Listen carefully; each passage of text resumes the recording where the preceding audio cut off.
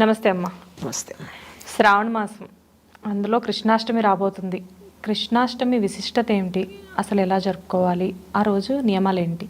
శ్రావణ బహుళ అష్టమి రాత్రి జోరున వాన పడుతూ ఉండగా 12 గంటల సమయంలో కటిక చీకట్లో రోహిణీ నక్షత్రం ఉన్నటువంటి సందర్భంలో మహావిష్ణువు యొక్క 8వ అవతారమైన శ్రీకృష్ణుడు అవతరించటం జరిగింది. ఆయన తల్లికి 8వ గర్భం, అష్టమ గర్భం, అష్టమి తిథి, అవతారం కూడా అదే. అట్లా అంతా 8 సంఖ్యతో కూడుకున్నటువంటి కూడుకున్నటువంటి అవతారం కృష్ణావతారం.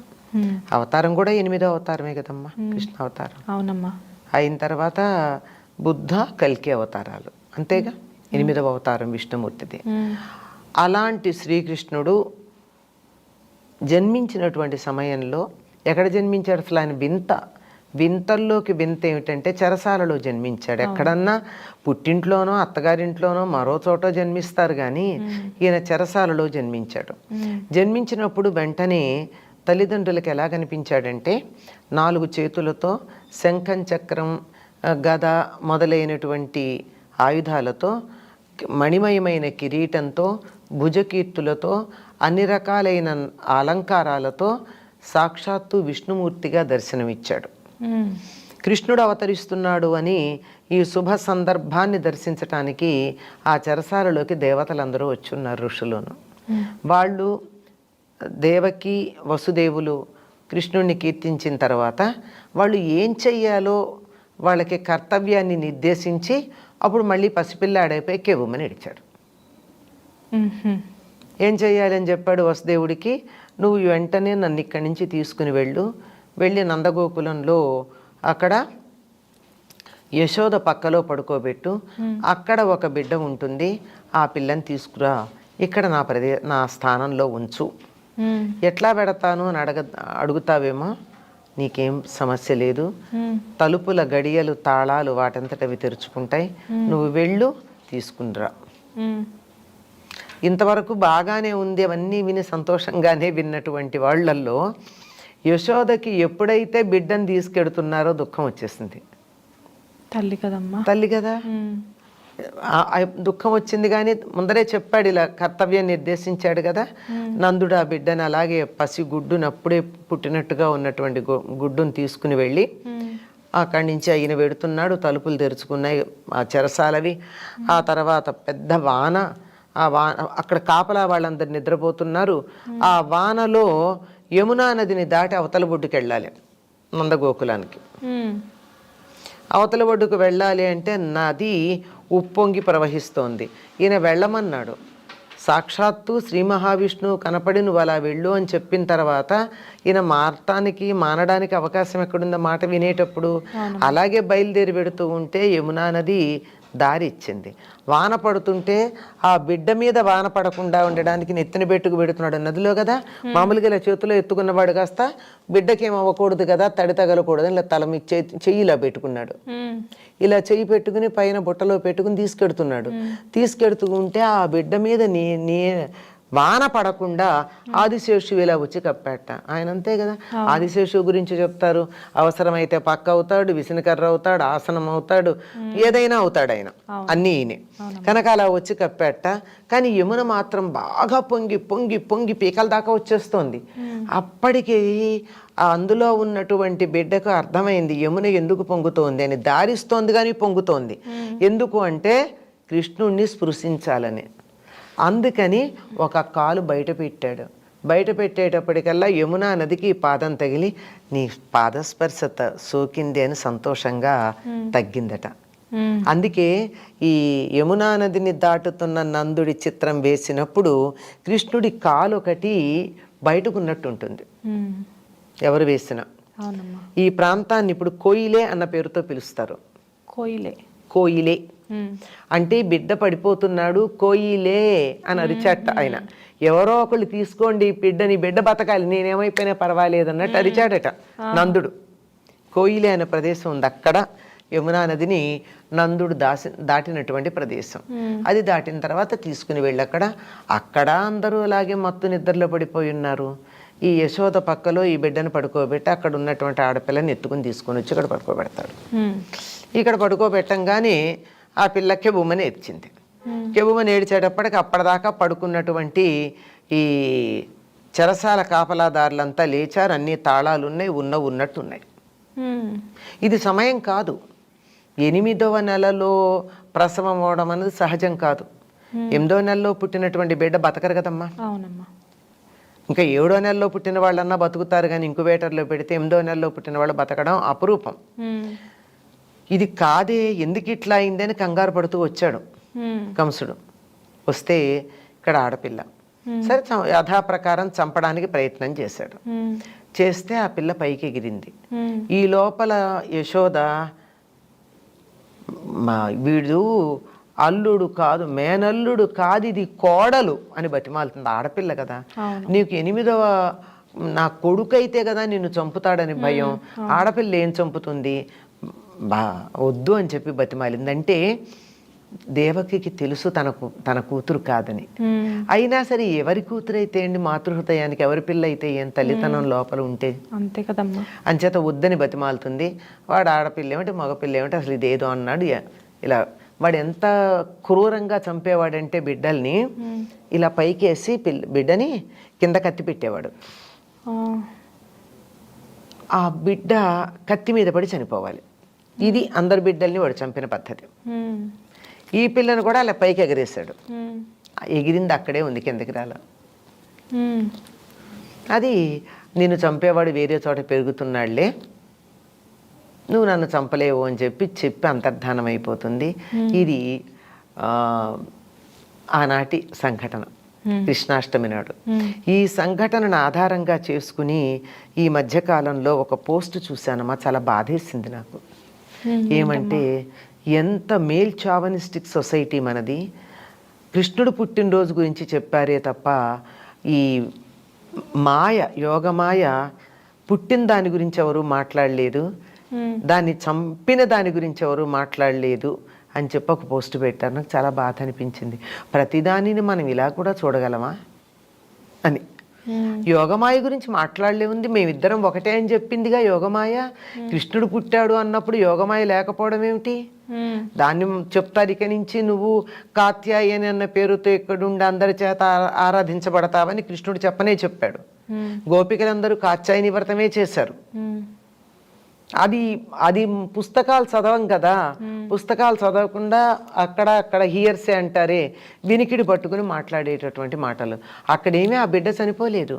దాన్ని మనం కృష్ణాష్టమిని కృష్ణుడు పుట్టిన రోజుగా కాక యోగమాయని చంపిన రోజుగా మనం భావించాలి అని చెప్పిన దానికి మనం దాన్ని ఏ రకంగా అర్థం చేసుకోవాలో చూడండి. యోగమాయ ఏం చనిపోలేదు, ఆవిడ అంతరిక్షానికి ఎగిరింది, వెళ్ళి అక్కడ ఉంది, వాళ్ళందరి చేత పూజించబడింది. కృష్ణ సోదరి ఆవిడ, కృష్ణ సోదరిగా ఆవిడికి కూడా ప్రాధాన్యం ఉంది, లేకపోవడమేం లేదు. ఆవిడకున్న నామాల్లో కృష్ణ సోదరిని కూడా ఉంటుంది. ఇంకా గట్టిగా చెప్పుకోవాలంటే చేతైతే చెయ్యండి, ఇలా బాధపడే కన్నా ఈనాడు యోగమాయ ఆవిర్భవించిన రోజు అని చెప్పి పండగ చేసుకోండి. ఎవరన్నా వద్దన్నారా? కృష్ణాష్టమి రోజేనా? అదే కదా, ఇద్దరు జన్మించింది ఒక రోజు. అవునమ్మా. అది అలాగా చాలా అద్భుతాలు జరిగినటువంటి అద్భుతావహమైనటువంటి జన్మ శ్రీకృష్ణుడిది. అంటే పుట్టంగానే తన విష్ణుమూర్తి యొక్క రూపాన్ని చూపించి తల్లిదండ్రులకి వారు ఆచరించవలసిన కర్తవ్యాన్ని నిర్దేశించినటువంటిది. అలా కర్తవ్య నిర్దేశం తల్లిదండ్రులకు చేయడమే కాదు, జీవితం అంతా కూడా కర్తవ్య పాలనకే పూర్తిగా ఆయన అంకితం చేసినట్టుగా కృష్ణుడి జీవితం చూస్తే తెలుస్తుంది మనకి. ఓకే, అంటే అసలు ఇప్పుడు కృష్ణాష్టమి సెలబ్రేషన్స్ చాలా మంది జరుపుకుంటూ ఉంటారు. అవునమ్మా. అసలు జరుపుకునేటప్పుడు అసలు ఏం చేయాలంటారమ్మా ఆ రోజు? నిజానికి కృష్ణాష్టమిని ఒక వ్రతంగా జరుపుకునే పద్ధతి ఉంది. ఆ కృష్ణాష్టమి వ్రతం జరుపుకునే వాళ్ళు కృష్ణాష్టమి ఏ రోజు రాత్రి అష్టమి ఉంటుందో ఆనాడు ఉదయం నుంచి ఉపవాసం ఉంటారు. ఎందుకంటే ఏ స్త్రీ అయినా ప్రసవానికి వెళ్ళబోయే ముందు భోజనం చేయదు. అవునమ్మా. కడుపు ఖాళీగా ఉంటేనే తేలిగ్గా అవుతుంది, నొప్పులు బాగా వస్తాయని. అందుకని ఎవరికి వాళ్ళు తమని తాము దేవకిగా భావించుకుని ఉదయం నుంచి రాత్రి రాబోయే ప్రసవం కోసం ఎదురు చూస్తున్నట్టు. ఆడ మగ సంబంధం లేదు ఇక్కడ. మళ్ళీ మగవాళ్ళు కూడా అందరూ ఉపవాసం ఉంటారమ్మా. వారు కూడా ఉండొచ్చు. ఉండొచ్చు కదా, ఉంటారు. ఉండకపోతే తప్పే తప్ప ఉండొచ్చు అని ఏం కన్సెషన్ కాదు, ఉండాలి. మానేశారు తప్ప మనం ఏం చేస్తాం? అయ్యో కృష్ణుడు వాళ్ళకి దేవుడు కాదా? అంతే కదా. కృష్ణాష్టం వాళ్ళు చేసుకోరా? ఆడవాళ్లే పరిమితమా? కాదు, అందరూ అలా ఉండి సరే ఏ పండగ చేసుకున్నా మనం ఇల్లు కడుక్కోవడం, శుభ్రంగా చేసుకోవడం చేస్తారు. తమిళ ప్రాంతంలో ఒక అలవాటు ఉంది. ఏమిటంటే మనం మామూలుగా ఇల్లు కడుక్కుని ముగ్గులు వేసుకుంటే వాళ్ళు మాత్రం కృష్ణుడి పాదాలు వేస్తారు. గుమ్మంలో నుంచి లోపలికి మందిరం దాకా వచ్చేటట్టుగా కృష్ణుడి పాదాలు వేయడం అక్కడ అలవాటు. ఎవరి అలవాటు వాళ్ళది, ఎవరి ఇష్టం వాళ్ళది. ఒక అందమైన అలవాటేగా.